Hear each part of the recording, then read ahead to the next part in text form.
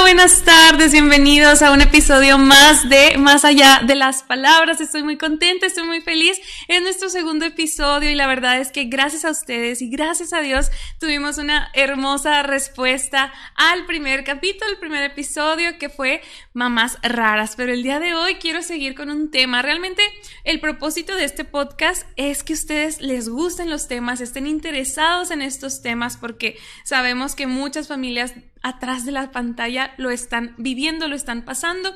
En el área terapéutica, desde mi trinchera en la terapia del lenguaje, es muy difícil, familias, cuando enfrentamos ciertos diagnósticos o cuando damos ciertas señales a las familias de que, híjole, ¿sabes qué? Probablemente tu hijo o tu hija no va de acorde a las etapas del desarrollo. Sabes que tu hijo o tu hija presenta ciertas señales de autismo o de muchas cuestiones del neurodesarrollo. Y el día de hoy traje a una invitada muy, muy especial que es experta en este tema y que nos va a ayudar y nos va a guiar sobre esto, sobre el duelo en la discapacidad. Y pues bueno, les quiero presentar a la psicoterapeuta Anaís Guzmán. Bienvenida, Anaís. Muchas gracias, Abby, muchas gracias por la invitación. Me siento muy honrada de que me hayas invitado y tomado en cuenta para tu proyecto. Y muchas felicidades por ello también. Muchas gracias a ti. Platícanos un poquito de ti, Anaís, a qué te dedicas, qué es lo que haces. Claro, Abby, bueno, yo soy Anaís Guzmán, soy psicoterapeuta de profesión. Tengo 2 maestrías, soy licenciada en psicología organizacional, tengo una maestría en psicoterapia y otra maestría en dirección estratégica. Estoy certificada por la Secretaría del Trabajo como agente capacitador externo, registrada ante la Secretaría del Trabajo. También tengo 2 certificaciones en diseño e impartición de cursos presenciales grupales por el programa Conocer. Pero pues yo creo que lo más importante es que tengo aproximadamente 10 años en la clínica terapéutica de psicoterapia, lo que yo hago, algunos años ahí trabajando en ese sentido. Muchas gracias. Ay, qué impresionante, qué hermoso currículum. Y pues bueno, creo que no hay alguien más preparada que nos pueda ayudar en este tema, Anaís. Y vamos a empezar, te quiero preguntar, ¿cuándo exactamente empieza el duelo en una familia que está pasando por algún diagnóstico? Es variado, Abby, mira. En el preciso momento en que un padre o una madre se dan cuenta que se van a convertir en eso, en papá o mamá, un niño empieza a nacer, pero no hablo del niño real, no hablo del niño que nace y crece dentro de tu vientre.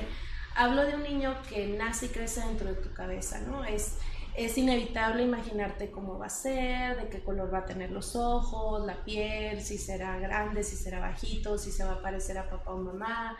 Te imaginas cómo va a ser su personalidad, si va a ser un niño intrépido, valiente, inquieto.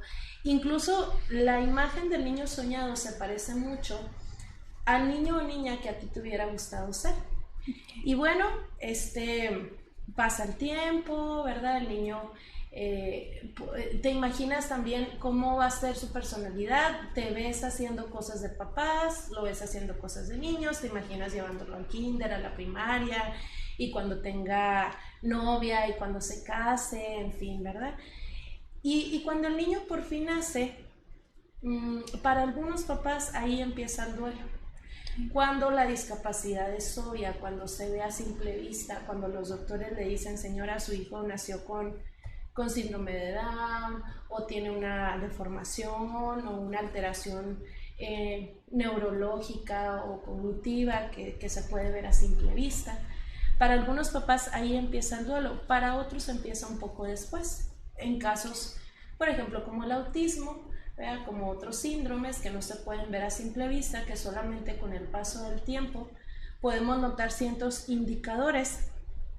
Para estos padres pues van a disfrutar durante un tiempo de la enorme felicidad que supone tener un hijo, un niño que todo el mundo considera que se desarrolla como cualquier otro. Sin embargo, pasa el tiempo y en un momento del desarrollo empiezan a aparecer síntomas que producen una inquietud que no desaparece, sino todo lo contrario, aumenta con el paso del tiempo y provoca una inquietud que ya no pueden hacer a un lado. Entonces, los padres se sienten confundidos porque puede que sus hijos manifiesten niveles aceptables en algunas áreas evolutivas, pero no en otras. Y así es como ellos empiezan a buscar respuestas, ¿no? Al principio, obviamente con la esperanza de que se trate de algo leve, y no de un problema neurológico de por vida que necesita una intervención inmediata. Y bueno, pues ahí en ese momento es cuando empieza el duelo para estos papás que tienen pequeños que tienen alguna alteración que no se ve a simple vista, ¿verdad? En muchas ocasiones, para que puedan los padres llegar a oír el diagnóstico de sus hijos, tienen que pasar por un verdadero calvario, un ir y venir de consulta en consulta, de especialista en especialista, desplazándose incluso de ciudad en ciudad, a veces, ¿por qué no decirlo?, de país en país. Mucha gente piensa que el diagnóstico es tan sencillo como cuando tienes una gripa, ¿no? Que vas al doctor, le das una lista de todos tus síntomas como si fuera un checklist. Luego dice, tiene esto, ok, pues este es su diagnóstico, y empieza el tratamiento y se le da una prescripción de una receta. Cuando se trata de diagnósticos en el área cognitiva, en el área neurológica, no es tan sencillo, no es una checklist, y por lo general son procesos extraordinariamente largos para las familias. Híjole, qué impresionante, o sea, creo que eso es demasiada información, pero una información tan real y que pasa en tantas familias, del otro lado de las pantallas. Y algo que se me quedó de lo que acabas de decir, Anaís, es de ese bebé soñado. O sea, realmente es como un ejemplo. Yo no tengo hijos y no he soñado, ¿no?, con ese hijo, con esa hija, pero todos los que viven este proceso, quienes van a ser papás, están embarazados, pues nunca esperan que sus pequeños vengan con alguna enfermedad, con alguna discapacidad.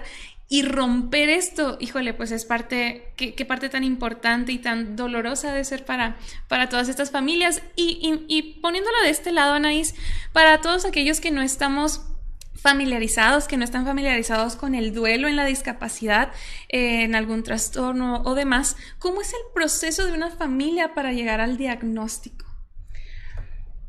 En la mayoría de las veces, el peregrinaje en búsqueda de este diagnóstico fiable es sin duda una de las etapas más difíciles de superar, no solamente porque puede durar mucho tiempo, incluso años, sino por el desgaste físico y sobre todo emocional que generan en la mayoría de los padres de familia, ¿verdad? Fíjate que a menudo los especialistas no se ponen de acuerdo, ¿verdad? Unos les dicen una cosa, otros otra. Es muy probable que las familias hayan tenido que visitar a muchos médicos y muchos especialistas antes de dar o llegar con la persona indicada. Y cuando les dan el diagnóstico, cuando por fin le dicen, señor, su hijo tiene, y ya ponle lo que quieras, el primer sentimiento, paradójicamente, es una sensación de alivio. porque ya por fin el papá siente que su búsqueda ha terminado, que puede empezar a darle sentido, a comprender el mundo de su hijo. Pero generalmente este es un alivio muy corto. Generalmente los padres se sienten confundidos, desconcertados, no saben qué hacer, no pueden asimilar la noticia, entran en un estado de shock, de aturdimiento general, debido a la grave e inesperada noticia. Y sí es cierto, fíjate ahorita lo que decías, me acuerdo que una vez le pregunté a un papá qué sintió cuando le dieron el diagnóstico de su hijo. Y a mí me dijo, me llamó mucho la atención su respuesta, incluso cuando lo platico hasta se me eriza la piel, porque me dijo, Anaí, sentí como si se me muriera un hijo. Okay. Obviamente este papá no hablaba del hijo real, no hablaba del hijo que nace y crece en el vientre, hablaba del niño que precisamente nace y crece dentro de tu cabeza, de la muerte del hijo idealizado, de la muerte del hijo vigoroso, colmado de energía, saludable, que todo padre tiene en su cabeza para volcar en él todos sus sueños no realizados. Ningún padre está preparado para escuchar que su hijo tiene un diagnóstico incurable o una condición de vida incurable. Ningún padre está preparado para esta noticia, porque todos tienen que renunciar a la expectativa que todo padre tiene de tener un hijo sin ninguna discapacidad. Wow, qué duro, hasta sentí feo en la pancita. Porque creo que como del otro lado, de la cuestión terapéutica, híjole, qué papel tan importante tenemos de hacerlo con amor, de dar estas señales con amor, estos diagnósticos con amor. Justo le platicaba hace unos minutos a Anaís que yo acabo de vivir una experiencia un poquito difícil en el consultorio con una familia, en donde yo no puedo dar diagnósticos que no sean de lenguaje, ¿no? Patologías o demás. Por ejemplo, el diagnóstico de autismo. Es muy común que nos busquen a las terapeutas de lenguaje. Sin embargo, yo no puedo, éticamente no lo puedo hacer porque necesito estar certificada. Entonces, actualmente todavía no lo estoy, espero con el favor de Dios pronto, pero no puedo dar el diagnóstico, simplemente puedo dar ciertas señales en el desarrollo que me indican que pudiera tener autismo. Y pues bueno, había un paciente en mi consultorio que hablé con la familia, lo hablé varias ocasiones. La primera ocasión que lo hablé, en donde les dije, ¿saben qué? Veo estas y estas señales en su hijo. A mí me indica que pudiera ser autismo, ¿no? Pues bueno, Anaís, fue un llorar, la familia gritando, o sea, realmente muy impactante, y uno como terapeuta así tratando de no llorar junto con la familia. Y bueno, pasó esa situación. Volvemos a platicar con la familia, volver a recordar estas señales, porque era necesario intervenir, era necesario ir por el diagnóstico, que ahorita vamos a ver por qué es importante, ¿no? Tener el diagnóstico. Y la segunda ocasión que platicamos, la reacción fue completamente diferente. Ya no fue llanto, fue mucho enojo. Esta familia se fue del consultorio. Me dijo muchas cosas por una hora, de muchas cosas de manera personal, ¿no? Que entiendo completamente, porque es lo que dices, o sea, ningún padre está preparado. Pero así como estas reacciones que yo he tenido, ¿cómo crees tú, Anaís, que los padres van reaccionando frente a un diagnóstico? ¿Cuáles son esos parámetros? ¿Cómo reaccionan algunos? ¿Cómo reaccionan otros? Claro, Abby. El duelo es un proceso difícil que no es igual para todas las personas. Es un proceso normal ante la pérdida de algo que consideramos importante, incluso la pérdida de las expectativas, ¿no? De lo que nosotros esperamos que sea, de lo esperable. Hay varias etapas por las que pasa la persona, y precisamente la primerita de todas tiende a ser la negación. Okay. La negación, Abby, funciona como un amortiguador ante una noticia grave e inesperada. Algunos van a entrar en negación, no quieren aceptar la realidad, piensan que con el tiempo se le pasará, que se trata solamente de un problema madurativo. A veces la misma familia contribuye a esta ilusión diciéndote, con buenas intenciones, claro, ¿verdad? Que no te lo tomes tan a pecho, que mira que mi hijo, que tú hablaste hasta los 6 años, ¿verdad? Hasta los 7. Eso suele ser lo primero, la verdad, la negación. La negación funciona como un amortiguador, precisamente porque la persona pues no quiere aceptar la realidad. Me recuerdo ahorita en este momento porque el duelo no solamente se da en discapacidad, se da pues ante la pérdida de la juventud, ante la pérdida de la salud, ante la pérdida de un ser querido amado, y precisamente recuerdo a una tía que cuando perdió a su hija, como la hija no vivía en la ciudad, cuando le preguntaba a la gente que no sabía que ella había fallecido por ella le daba una explicación de que como si ella siguiera estudiando fuera de la ciudad. Pero realmente a mí lo que me llamaba la atención era que realmente parecía como si desconectara de la realidad.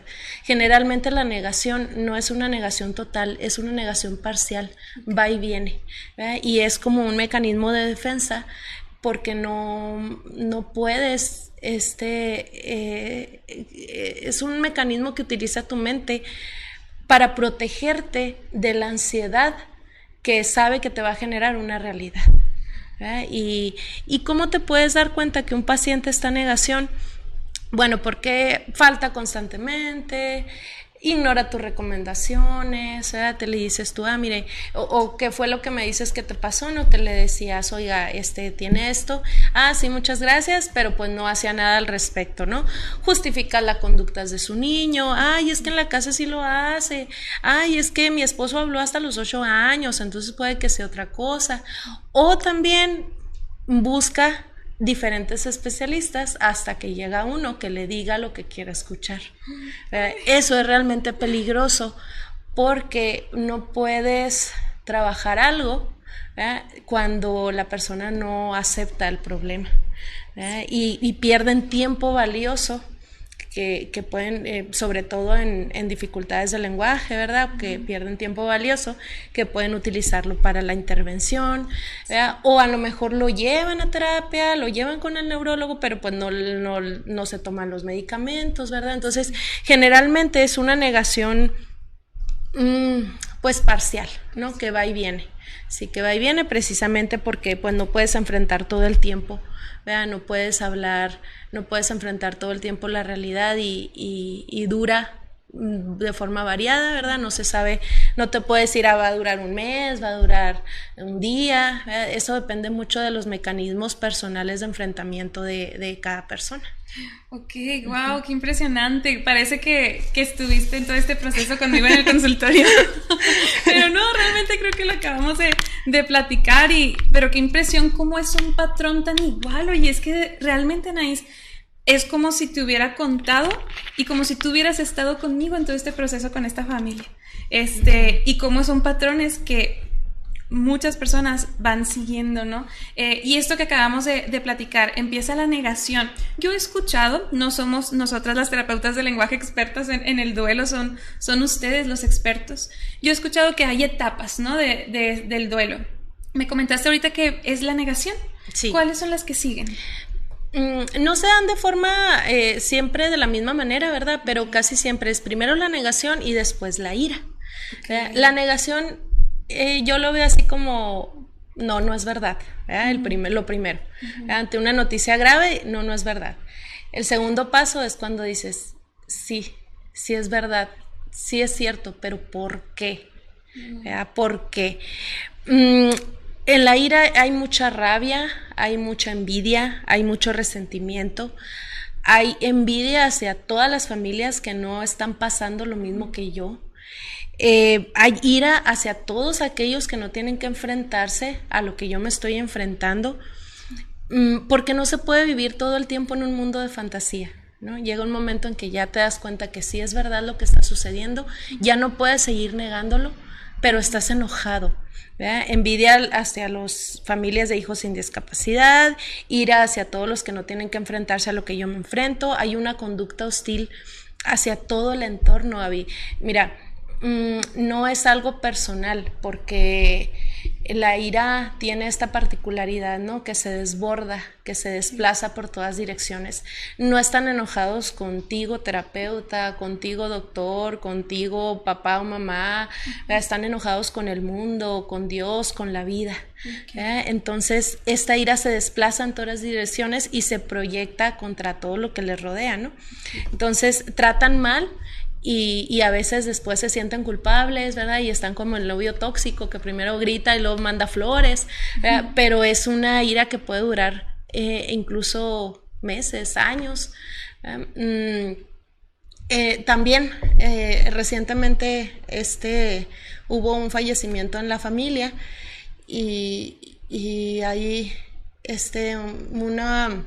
una persona, recuerdo en una familia de un paciente, y él me platicaba, me decía que no sabía cómo ayudar a su hermano, que había tenido la pérdida de su hijo, porque cuando le hablaba por teléfono para ver cómo estaba, para tratar de animarlo, la persona, su hermano, lo insultaba, ¿no? Y le decía, ¿tú qué, carnal? Pues si tú tienes ahí a tu hijo, tú te levantas y los ves todos los días acostado, ¿verdad? Tú lo abrazas, hijo, ¿tú qué me dices? ¿Verdad? Y obviamente pues él se sentía muy triste por todo lo que le decía a su hermano. Pero esto es importante saber, ¿verdad? Que no hay que tomárnoslo personal, porque no es un enojo que sea contigo, ¿verdad? Es con el mundo. Y generalmente a los terapeutas pues sí les suele pasar muy seguido, ¿verdad? Porque se lo pueden notar en conductas como que contradice al terapeuta, ¿verdad? O no realiza las tareas en casa, o presiona incluso al niño para que logre ciertas cosas y se enoja cuando no lo logra, incluso cuando el niño no está en condiciones, ¿verdad? O no tiene la madurez cognitiva, física para poder realizar esas tareas. Oye, qué importante eso cuando le pasa al terapeuta, y la manera de que no es personal, lo voy a agarrar como terapia para mí, Anaís, porque cuando me pasó esta situación, en el momento, te soy muy sincera, no lloré, o sea, es que de verdad, estando del otro lado, sí tenemos que mostrar cierta fortaleza, porque oye, si el terapeuta se quiebra, pues bueno, también la familia de dónde va a agarrarse, ¿no? Sin perder el lado humano y la empatía. Pero en ese momento que yo me enfrenté a esta familia, porque de verdad estaban haciendo ofensivos, o sea, 1 hora diciéndome muchas cosas muy, muy, muy dolorosas. Después, todo ese día, lloré muchísimo. Me quedé, yo creo que en la cama todo el día. 2 días después, todavía me sentía como débil profesionalmente, porque algo que me dijeron muy puntualmente, Anaís, es que yo no supe cómo decírselos. Y recordando de verdad, hasta yo creo que viendo las cámaras, y yo sé que las palabras exactas, ¿no? que usé en el momento, y todavía puedo pensar que no fueron malas palabras, o sea, malas palabras, no majadería, sino no fue un mal manejo de la situación. Incluso hay más terapeutas que estuvieron conmigo y demás. Sin embargo, hubo algo que a ellos no les gustó. Entonces yo tenía que enfocarme en qué fue la palabra, o sea, qué fue lo malo que yo hice, que yo dije para que provocara, ¿no? Todo esto, que me lo estaba tomando muy personal, pero pues es una etapa de su ira, ¿no? De esta ira, del duelo. Pero aquí es algo bien importante, Anaís, que quisiera preguntarte. Del lado profesional, maestras, terapeutas de lenguaje, psicoterapeutas, incluso en la familia, si alguien nota que hay algo raro, ¿no? Hay algo diferente en un familiar, en un paciente, ¿cómo debe de prepararse? ¿Cómo debemos de prepararnos del lado terapéutico, para dar un diagnóstico, para dar estas señales? No hay un solo camino, Abby. Yo creo que más importante que el qué es decir, qué palabras utilizar, qué speech hacer cuando tenemos que dar una noticia de esa magnitud. Más que el qué, hay que fijarnos más en el cómo. Incluso cuando una noticia grave se da de una forma tranquila, empática, es mucho más fácil que la persona así lo tome. Las reacciones son diversas. Generalmente te digo que lo primero es que entran como en un estado de shock, de inmovilización, de aturdimiento general, no se la pueden creer. Seguramente te tocó esa escena porque les diste los indicadores y luego ya siguieron contigo y luego ya después al recordarles aquello ya estaban en una etapa diferente de su duelo, ¿verdad? Que es la ira. Pero yo creo que independientemente de, bueno, y eso es algo muy personal, ¿verdad? Yo creo que es tu deber, ¿verdad? Profesional, tener que decir aquello que ellos no quieren escuchar. Sí. A veces incluso los psicólogos, que el psicólogo pues está más preparado para eso, de alguna forma es su área de especialidad, tampoco puede prever cuáles van a ser las reacciones. Sí. Las palabras no son tan importantes, o sí lo son, pero es más importante el cómo, ¿verdad? Con tranquilidad, con empatía, con más dándoles oportunidad de que ellos hablen, de que ellos expresen sus dudas, sus inquietudes y poder darles los escenarios posibles para que puedan estar tranquilos. Generalmente hay veces que el solamente escuchar la palabra les provoca como algo, ¿no? Que se les mueve. Hay personas que incluso ni siquiera pueden escuchar la palabra autismo, ¿no? Por ejemplo, sí. Porque ni pronunciarla en voz alta, ¿verdad? Que quiere decir que pues hay algo ahí que deben trabajar. Ay, sí, qué impresionante. Te digo que creo que estuviste ahí en todo momento conmigo y algo que yo les decía mucho a las terapeutas que estamos en el consultorio. Yo les decía, ay, es que de verdad quisiera no hacerlo. O sea, quisiera simplemente que las cosas fluyeran y caminaran de la misma, pues sí, caminando juntos y demás. Pero no puedo callarme, o sea, no puedo no decirle. Exacto. No puedo no quedarme tranquila en mi lugar y decir, bueno, pues ya se darán cuenta. No. O sea, es que era algo que yo no podía, pues sí, simplemente no podía quedármelo, y creo que profesionalmente eso es algo bien importante. Yo sé que hay mucho público aquí que nos ve, profesionales, padres de familia, y eso es algo bien importante que mencionaste, Anaís, el no quedárnoslo, o sea, éticamente, profesional, incluso, o sea, porque era algo que me mencionaban, que no lo hice con amor, pero es que yo creo que en esta etapa no pueden ver que también es por amor que se los estamos diciendo. Claro.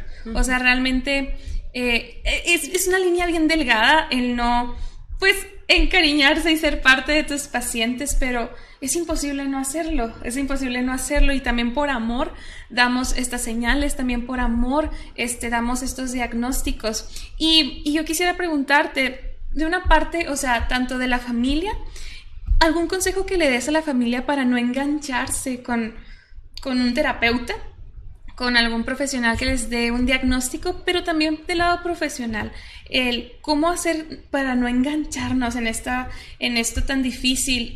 Creo que lo que yo me quedo, pero habrá más consejos, yo sé que sí, es el que no es personal. Claro, sí, sobre todo eso, recordarnos constantemente que no es algo contra ti, que la familia está enojada y que es normal que esté enojado, y que probablemente si nosotros estuviéramos en su lugar también estaríamos enojados, enojados con el mundo, enojados con Dios, enojados con la vida, porque no es justo, o sea, el enojo es aquel sentimiento normal cuando consideramos que una situación no es justa, y es una ira que a veces se descarga con la persona menos indicada, como cuando estamos enojados con el jefe y luego llega la mamá y le grita a sus hijos.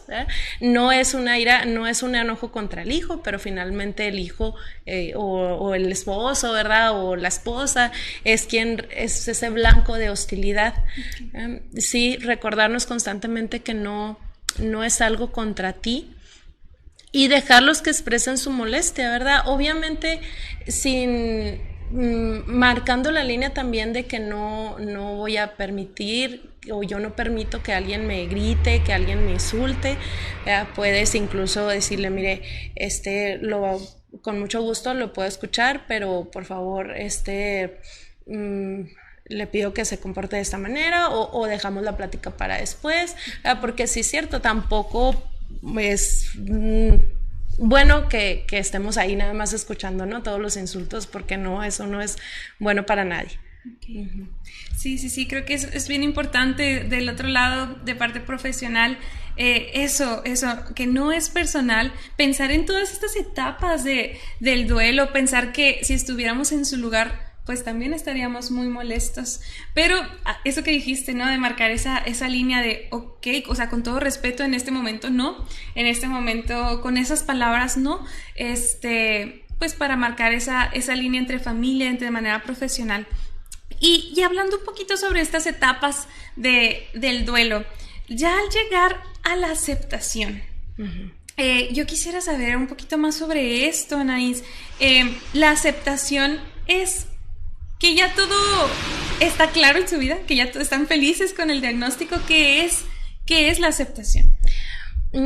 La aceptación es diferente a resignación, ¿sí? Las etapas del duelo son 5. Es la negación, la ira, el pacto, la depresión y finalmente la aceptación. La aceptación, contrario a lo que mucha gente piensa, no es una fase feliz, ¿verdad? No es simplemente como si el dolor hubiera desaparecido. La persona siente que su lucha ha terminado. No hay que confundirnos y pensar que es una etapa feliz, pero tampoco es un abandono de tipo ¿para qué sirve, no? O ya no quiero seguir luchando. Simplemente es una etapa donde ya no hay miedo ni desesperación.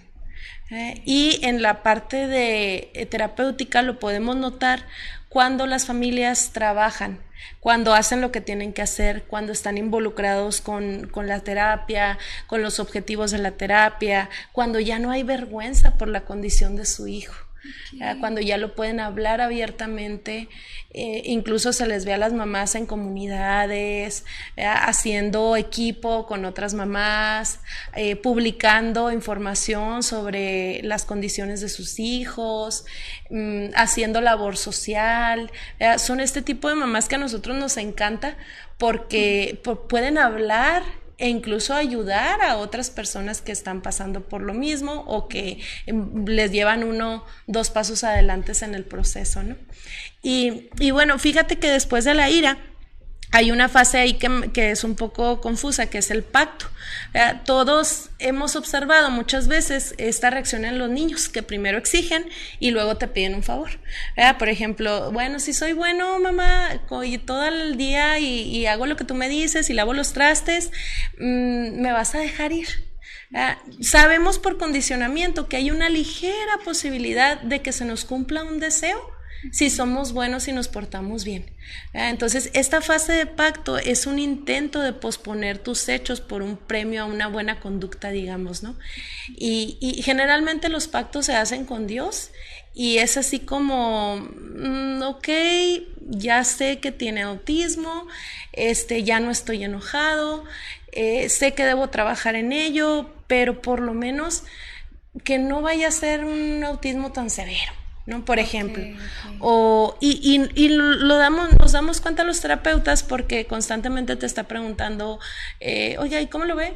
¿Y cómo lo ve? ¿Y cómo lo ve? Como si un día le fueras a decir, no, fíjese que ya se le desapareció su condición, ¿verdad? O a veces vemos que tienen ciertos papás expectativas muy altas, que no está mal tener expectativas altas con tus hijos, pero generalmente son expectativas inalcanzables, ¿no? O comparan el resultado actual de su hijo con otros niños de su alrededor, ¿verdad? Es como esa esperanza de que sí sea, pero que no sea tan grave, de que, bueno, ok, sé que tiene problemas en esta área, pero que por lo menos aprenda a leer, que por lo menos aprenda a hablar, ¿verdad? Son este tipo de conciliaciones que generalmente se hacen pues con Dios, con la vida, ¿verdad? Y finalmente cuando la persona se da cuenta de que no existen estos milagros, esos productos milagros, pues ya viene la fase de la depresión, que se caracteriza porque por una desesperanza, ¿no? Porque es imposible estarle haciendo al mal tiempo buena cara, como dicen por ahí, todo el tiempo. Hay una sensación de pérdida muy importante, y hay mucha culpa. Por ejemplo, culpa de es que tal vez lo pude haber evitado.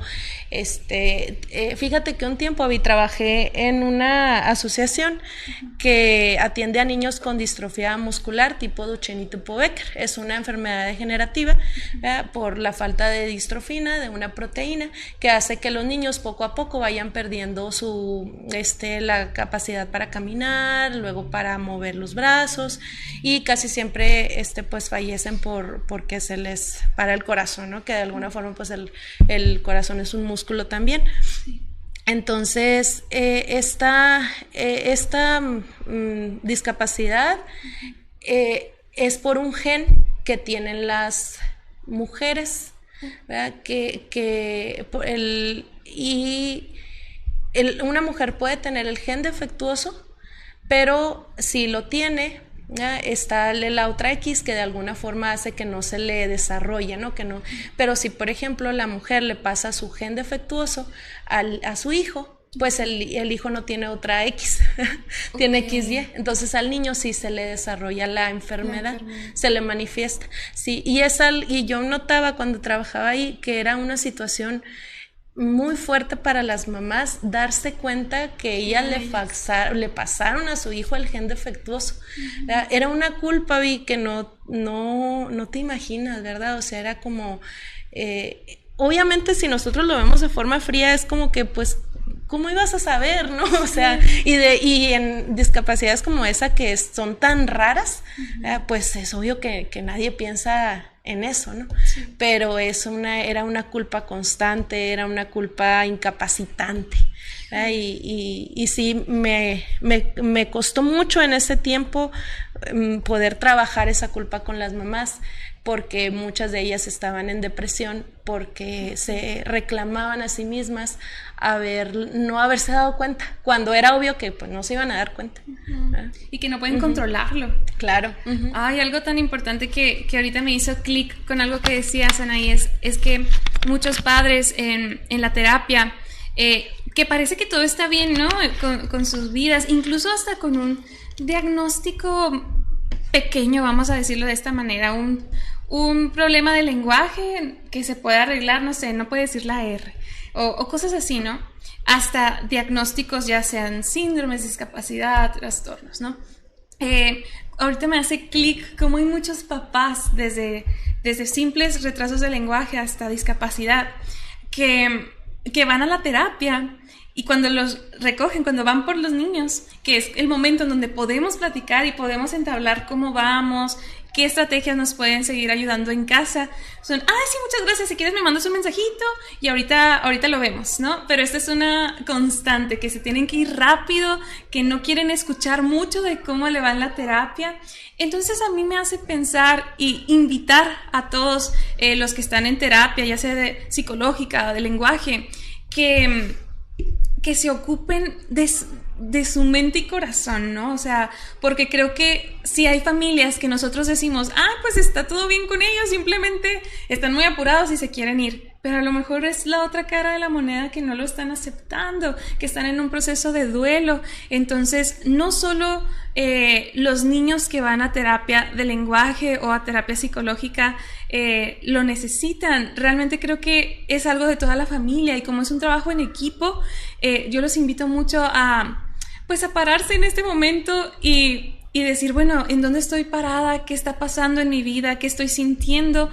Porque, bueno, y tú nos podrás decir sobre esto, si la familia no está bien, pues el pequeñito no va a avanzar, esto es una realidad. La familia tiene que estar estable, y no digo al 100% porque nadie estamos al 100%, pero sí consciente, pero sí con una mente y un corazón fuerte. Y pues sí, los invito a todos ustedes que estén pasando por este proceso de terapias a ir también con sus hijos, a ir ustedes a terapia psicológica. Claro. Fíjate, Abby, que hay una estadística que dice que la mayoría, a más de un 60%, ¿verdad?, de las familias, de los papás que tienen hijos con discapacidad, tienen un cuadro de depresión y ansiedad, ¿verdad?, significativo. Esto para mí es muy importante, ¿verdad? Es porque estamos hablando de que de que es más de la mitad, o sea, más de un 60%, que necesitan intervención, terapia psicológica, porque no es sencillo, ¿verdad? No es sencillo. Para llegar a la aceptación, a veces se pasan por años, y cuando no hay una intervención, pues es mucho más complicado, aparte de que hay duelos que son más complicados que otros, ¿verdad? Y que de que no siempre papá y mamá tienen los mismos mecanismos de enfrentamiento, ¿verdad? A veces papá es evasivo y mamá es más confrontativa, ¿verdad? A veces el papá está en negación y la mamá no, ¿verdad? Pero o están en una etapa de duelo diferente, ¿verdad? Entonces cuando en la teoría sistémica, ¿verdad?, de la familia, se sabe que cuando un miembro de la familia cambia todo el sistema. Y cuando hay un hijo con discapacidad, altera todas las áreas, altera lo económico, lo social, la organización, todo se altera. En la etapa de la depresión es cuando más que en la negación, más que en la ira, es cuando los papás los vemos más desmotivados, cuando hay más faltas constantes, cuando ignoran las recomendaciones, cuando asumen una actitud de pobrecito mi hijo que no va a ir a la escuela, pobrecito mi hijo que no va a hablar, pobrecito mi hijo que no va a jugar con otros niños de la misma manera. Sí. Hay faltas constantes, hasta que, bueno, algunos lo antes, otros después, pero lo ideal es que se llegue a esta etapa de la aceptación. Y un consejo que también les doy a las familias que nos escuchan es que busquen aliarse con otras personas, hacer comunidad con otras personas que les llevan 1 o 2 pasitos por delante. Okay. Esto es terapéutico. Encontrar a otras familias que tengan los mismos intereses, que hayan pasado por lo mismo, y entender esta etapa, ¿verdad? Como tú dices. Y para las terapeutas o las especialistas que trabajan con estos niños, también es bien importante entender este proceso. Es imposible transmitir tranquilidad si tú no estás tranquila, y es imposible poder ayudar a una familia si ellos no sienten que tú los entiendes. De hecho, este es el primer paso para poder hacer una intervención.